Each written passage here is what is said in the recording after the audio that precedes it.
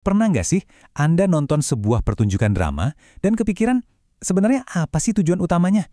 Cuma buat hiburan atau ada sesuatu yang mau diajarin? Nah, pertanyaan fundamental inilah yang jadi inti dari buku keren Imperatif Edukasi Drama karya E.N. Nur Hasanah.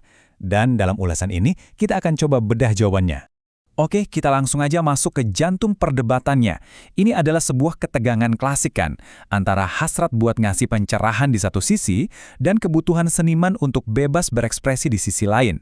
Jadi pertanyaannya, emang keduanya bisa jalan bareng atau salah satunya harus ada yang dikorbankan? Menariknya, buku ini melihatnya bukan sebagai pilihan A atau B, tapi sebagai sebuah dialektika abadi. Bayangin aja kayak tarik tambang yang nggak ada habisnya antara dua kekuatan yang sama-sama penting, yang udah jadi bagian dari DNA drama itu sendiri. Dan ini tuh bukan masalah baru loh. Sejak zaman Yunani kuno, teater itu udah punya dua muka. Di satu sisi, dia adalah panggung untuk keindahan yang murni. Tapi di sisi lain, dia juga cermin buat masyarakat. Cermin yang bisa bikin kita jadi lebih melek. Nah, dari pergulatan inilah lahir dua filosofi yang kelihatannya saling bertolak belakang. Yuk, kita lihat dulu sisi yang pertama. Keyakinan kalau drama itu punya tanggung jawab. Tanggung jawab buat mengajar, mencerahkan, bahkan memperbaiki masyarakat. Istilah kuncinya di sini adalah didaktisme. Gampangnya gini, ini adalah seni yang punya misi. Seni yang nggak cuma mau bikin kita merasa, tapi juga bikin kita berpikir dan belajar. Tujuannya tuh bukan sekedar hiburan, tapi pencerahan. Buku ini merangkum tujuan mulia dari drama didaktik dengan kalimat yang indah banget, menggerakkan jiwa dan mencerahkan akal budi. Jadi ini bukan soal transfer informasi kayak di kelas ya, tapi tentang membentuk individu yang utuh, yang perasaannya peka, tapi otaknya juga tajam. Nah, sekarang kita pindah ke kubu seberang. Argumen tandingannya yang juga nggak kalah kuat. Pandangan yang bilang kalau seni itu harus bebas, sebebas-bebasnya dari kewajiban buat mengajar. Prinsip ini namanya otonomi estetika. Atau mungkin Anda lebih akrab sama slogan seni untuk seni, art for art's sake. Buat penganut paham ini, nilai sebuah drama itu ya ada di keindahan bahasanya, di kompleksitas karakternya, di inovasi panggungnya. Tujuannya cuma satu, ya untuk jadi seni itu sendiri. Titik. Jadi kritik utamanya begini, kalau sebuah pesan moral dipaksain masuk ke dalam cerita, risikonya besar banget. Integritas seninya bisa rusak, cerita yang harusnya organik malah jadi kayak ceramah. Dan karakter yang harusnya kompleks malah jadi kayak corong suara si penulis aja. Jadi kalau kita jejerin begini, kelihatan jelas banget kan perbedaannya? Pertanyaannya jadi, kita sebagai penonton ini posisinya apa? Murid yang harus diajarin, atau penikmat seni yang mau merasakan pengalaman estetis? Nah, disinilah buku Imperatif Edukasi Drama menawarkan sebuah jalan keluar yang brilian. Menurut buku ini, pertentangan antara mengajar dan menjadi seni itu sebenarnya dikotomi yang keliru.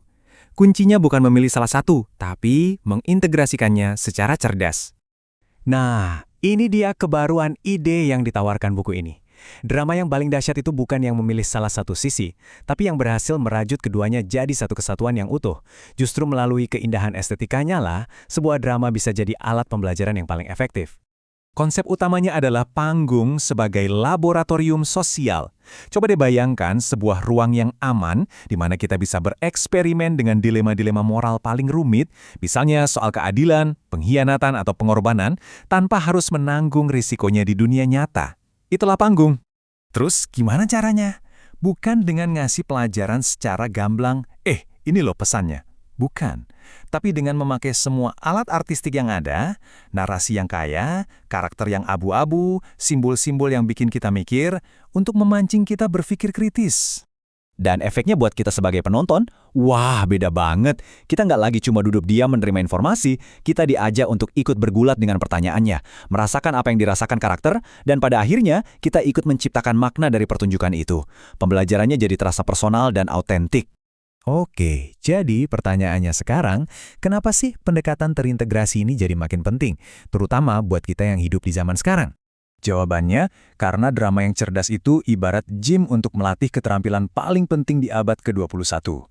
Kemampuan buat berpikir kritis, berempati sama orang lain, dan memahami dunia yang kompleks, semua itu kita latih di dalam laboratorium sosial yang namanya panggung.